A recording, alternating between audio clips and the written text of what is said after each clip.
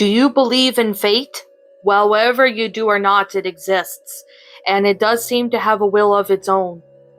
But it also seems to have a reasonable beast, willing to flex and bend those who prove themselves worthy of breaking from the default path that they were assigned in life. Of course, it is the best of friends with karma, and together they are merciless and cruel towards those they feel they deserved it. Sometimes in life we feel directionless, caught in like a bug in a water spiraling down the sink, war between nations and global pandemic, intolerance towards different people. We didn't ask for these things to happen, but the paths led us there. You may be unsatisfied with your own life, frustrated or depressed with where you see it leading to, or perhaps you have no clue at all and are just letting fate take complete control and going along with your environment because you feel you have no power over your destiny, because you're scared and you'll make a mistake and ruin everything, or maybe you just don't care anymore. But it doesn't have to be this way. Find some pieces of paper, grit or white, a black marker and some thread and a needle, and some matches. Since the ritual is dealing more with your mind's strength and less of your physical bodies, the symbol must be marked slightly differently, but it is a very simple design. A circle with a cross running through the center. An example has been provided. There are two options to mark the symbol down. The first is to draw its shape on both of your eyelids, as you cannot draw on your eyes safely, and therefore this is the closest you'll get between the channel of interpretation and your mind. You may use this mirror to help with this. However, should this be too difficult or you should be lacking eyelids, possibly after having a failed previous ritual, you must then use your own body's assistance. Prick your finger with the threading needle to draw the symbol with your blood on paper. Regardless of how you drew the symbol, the ritual will now recognize you as the participant.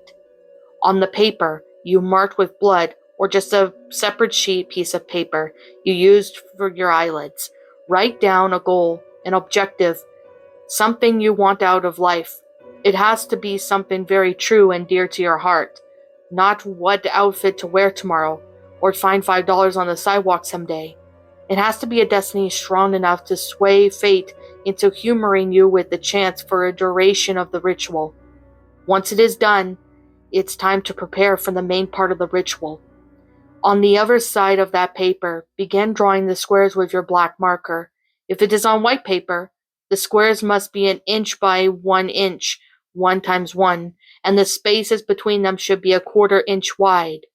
If you are using grid paper, each black square should be 4 units by 4 units, and the paths between them 1 unit wide. You can use this on many pieces of paper if you wish, but you must only connect them as minimally as possible with the thread and needle on the corners of the pages. If you want to keep the paths between the squares as clear as possible. But clear tape is ill-advised should you fall into a certain pitfall during the ritual and need it to end it quickly.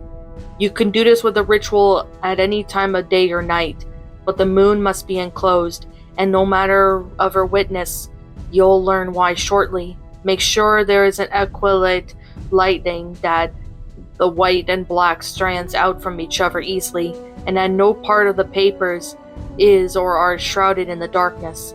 You'll want as much clear vision as possible. Now an explanation. There are those who die trying to either trick fate or refuse to accept their destiny, and now their spirits wanders the infinite roads of time, witnessing all of the living who have followed their own destinies, causing these souls to suffer, either through seeing people like them trying to cheat on their futures only to fail in the end, or envying those who follow their own roads into a good and bright destiny. What have you created as a replica of the Crossroads, where people's paths intertwine and affect on each other, whether for better or for worse?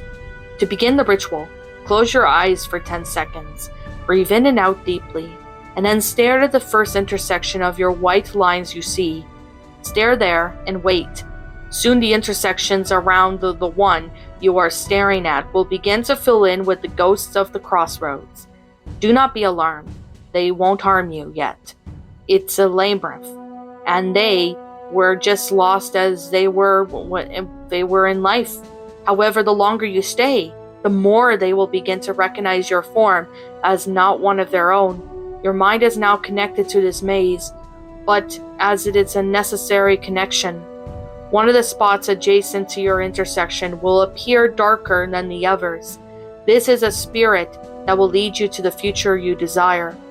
As they once wished for the same thing or something akin to it, and watching the paths of humanity grow for eternity, they have learned the way to attain it.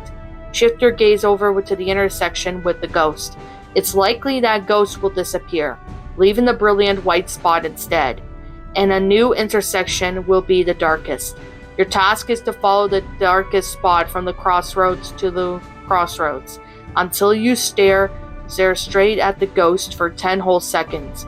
When you are ready to end the ritual, crumple up the paper into one ball, then take it somewhere safe and burn it completely, hence using the thread over tape. There are more important notes to be wary about. First, the number of squares you draw determines how long you have to catch the ghost. You must end your search, either successfully or unsuccessfully, look away from the maze and destroy it before your time is up. Each square will give you 5 seconds of safety during the search, meaning every 12 squares will give you 1 minute. How many squares you choose to draw is up to you, but more crossroads means more time to chase your guy down. However, this comes at the risk of your mind becoming too involved with the puzzle, too obsessed in catching that specter.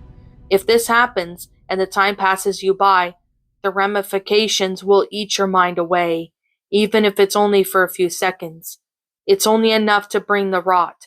You'll be pissed that you couldn't find it, and your brain will think that if only you had a few more seconds, you wouldn't have gotten it. It will gnaw at you, being this close to your changing future, only to come up short. The black and white image will flash on the back of your eyelids, unable to escape its glare even in your sleep. You'll redraw the maze or use the old one and scan it again, and again, with no chance of succeeding. You'll walk away from it time and time again, only to return and try once more, knowing this will be the one. This will be the attempt that makes it, but fate's good fortune has fled from you, just as a explosive black spot on the intersection. Soon your obsession will overtake you, until your form begins to wilt away from the lack of self-care. Food will not assay the hunger to catch the ghost. Drink for not quench the thirst for a better tomorrow. Your skin will stretch across your ribs and shrink wrap itself into the shape of your skull, sunken cheek and all, but it will matter not to you. Only to the black dot will fix things, and once you find it, you'll never have to worry about your future ever again. So for that, you'll be accepted in the supposedly temporary price of pain and madness, with the final attempt ending in your sticky, rotting skin becoming one of the maze of your own design. Second, if you try to be clever and cheat fate, it will know. You cannot do this ritual with someone else's place if they are too scared to do so. It is your own will, and you must sway from your own fate. Only drawing 4 squares to create one of the crossroads will not work out well for you. Along with many other methods of cheating, words will begin scrolling themselves across the paper, and you will be forced to read them. These words will describe the events that will have ever faded from your memory or have yet to happen. Horrible, heart-wrenching descriptions of lies and betrayals and sins, and that you and the people around you have done and will do. Fate will tell you every horrific moment of your life, and will make sure that this is the only path you will ever be able to take. Third, if anyone else tries helping you hunt the ghost, it will become completely impossible to find. If you coordinate your efforts, not only can the will separate people from confuse the ghost you're looking for, it will make them begin to shift far more rapidly. And if fate's feeling practically cruel that day, expect both the punished as shown as the last note. For if all those roads begin to turn back, stay where you are until the only intersections show any shade. Once the roads are clear, you can continue onwards.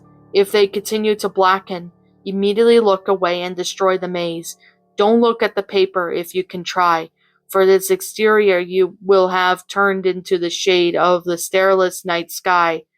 This means that the ghosts have fully recognized your presence and want you to hear your mind out and put the maze into replace themselves so that they can get a second chance at living life with a better destiny than the one that the fate punished them with. And finally, if all the intersections suddenly turns as white as the one you're staring at, well then this ritual is no longer used to you, since all humanity is about to meet the same fate.